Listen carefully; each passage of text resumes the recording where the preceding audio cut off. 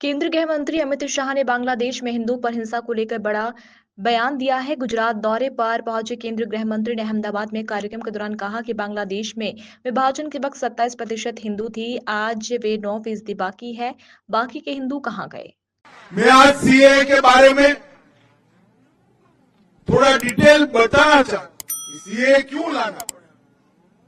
किसी भी देश का विभाजन धर्म के आधार पर नहीं होना चाहिए, मगर भारत का विभाजन आजादी लेते वक्त धर्म के आधार पर किया गया, और जब भारत का विभाजन धर्म के आधार पर किया तब भयानक दंगे हुए। स्वाभाविक था होंगे, मगर विजुअलाइज नहीं कर पाए। अभी अभी 14 अगस्त को ही पूरे देश ने विभाजन विभीषिका दिन मनाने का काम किया है। भारत के करोड़ों लोग ये भूल नहीं सकते कितनी पारावार वेदना जो हिंदू, बौद्ध, सिख, जैन पाकिस्तान, अफगानिस्तान, बांग्लादेश में रहते थे उनको सहन करनी पड़ी। हम नहीं भूल सकते। परिवार के परिवार उजड़ गए, करोड़ोंपति अरबोंपति हमारे गांधी धाम में रोड पर आकर सब्जी बेचने के लिए मजबूर हो गए। इससे ज्यादा अत्याचार पूरे दुनिया में कहीं नहीं। और उस वक्त विभाजन का फैसला तो किया, मगर जब ये परिणाम आने लगे, कांग्रेस के सभी नेताओं ने वादा किया था कि पड़ोसी देशों से जो शरणार्थी आते हैं, हिंदू आते हैं, बौद्ध आते हैं, सिख आते हैं, जैन आते हैं, उनको नागरिकता दी जाएगी। आपको भारत अपने यहां स्वागत करेगा। करना भी चाहिए था। बड़ा उचित निर्णय कांग्रेस के नेताओं ने लिया था, मगर जैसे जैसे चुनाव आया वो निर्णय से मुकरते गए। सन 47 में किया हुआ वादा, 48 में किया हुआ वादा, 50 में किया हुआ वादा, जवाहरलाल नेहरू ने किया हुआ वादा, महात्मा गांधी का आह्वान, वो सब भुला दिया गया। क्यों? क्योंकि उनको लगा कि इनको नागरिकता देंगे तो हमारी वोट बैंक नाराज हो जाएगी, और तुष्टीकरण के कारण ये लाखों करोड़ों लोगों को नागरिकता से वंचित रहना। इससे बड़ा कोई पाप नहीं हो सकता, इससे बड़ा कोई पाप नहीं। वो वहां से भाग कर आए, प्रताड़ना झेल कर आए, अपना परिवार कई लोगों ने गंवाया, कई माताओं बहनों के साथ अत्याचार किए गए, करोड़ों की संपत्ति छोड़कर आए, और यहां आए, यहां उनको नागरिकता भी नहीं दी। 47 से मोदी जी प्रधानमंत्री बने तब तक 47 से 19 और 19 से 24 ये यात्रा इस देश का इतिहास हमेशा याद रखेगा। मैं आज इस मंच से जिन जिन लोगों ने सरकारें चलाई उनको पूछना चाहता हूं, क्या दोष था इन लोगों का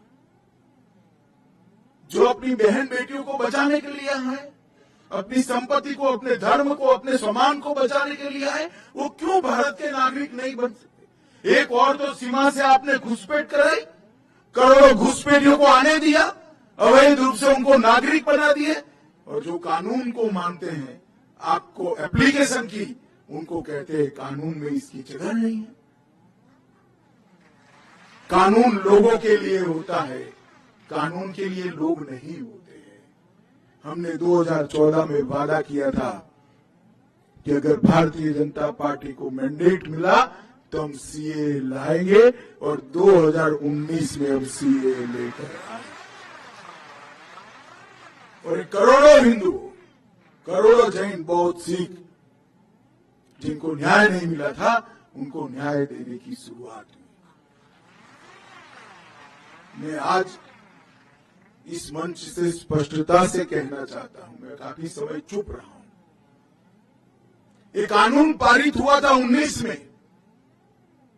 19 में कानून पारित होने के बाद भी सबको भड़काया गया कि इससे मुसलमानों को अन्याय होगा, मुसलमानों की नागरिकता चली जाएगी।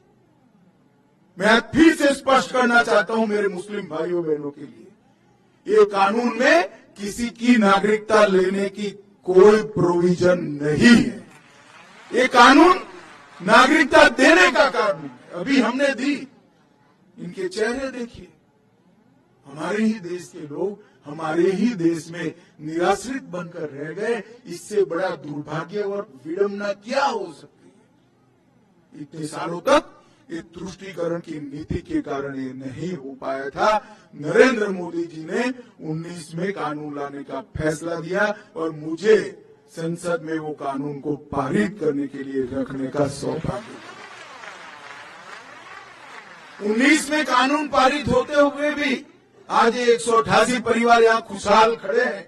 क्यों नहीं मिला भाई 19 से 24 आपको? देश में दंगे कराए गए, अल्पसंख्यकों को भड़काया गया। और मैं आज स्पष्टता के साथ कहना चाहता हूं, ये अफवाहें फैलाई गई थी सीए की कानून से किसी की नागरिकता नहीं जाती। हिंदू, बौद्ध, सिख, जैन जो शरणार्थी मेरे भाई बहन आए हैं उनको नागरिकता और सम्मान देने का कार्यक्रम है, अधिकार। और आज भी कुछ राज्य सरकारें हैं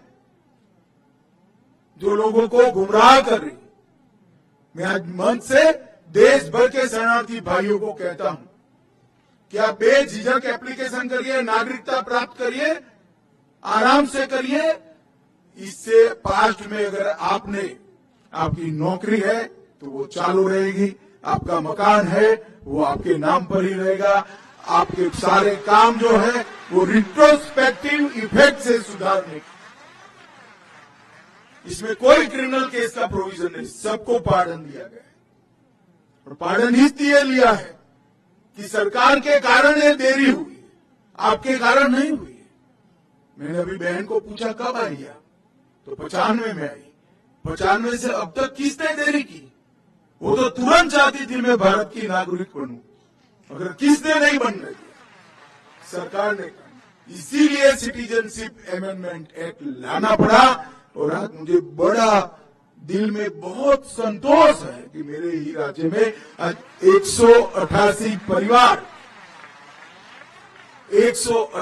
परिवार मां भारती के परिवार बनकर, हमारे भाई बहन बनकर हमारे साथ सम्मान के साथ।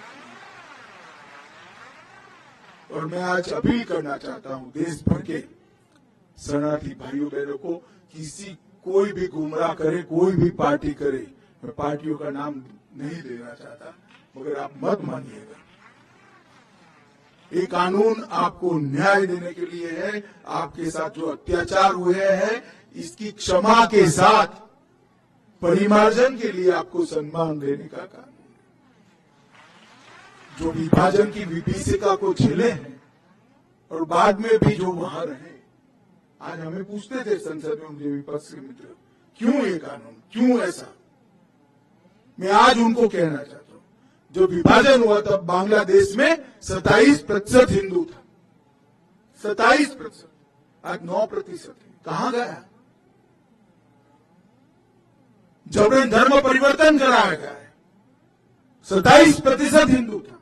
या तो वो यहां आए, शरण में आए, या धर्म परिवर्तन कर। क्या उनको अपनी इच्छा के अनुसार अपने धर्मों में जीने का अधिकार नहीं है क्या? अगर पड़ोस के देश में अपने सम्मान के साथ जी नहीं सकते, हमारी शरण लेकर आते हैं, तो हम क्या करेंगे? हम मूक दर्शक बनकर बैठ नहीं सकते। ये नरेंद्र मोदी सरकार है, आपको न्याय मिलेगा और जरूर।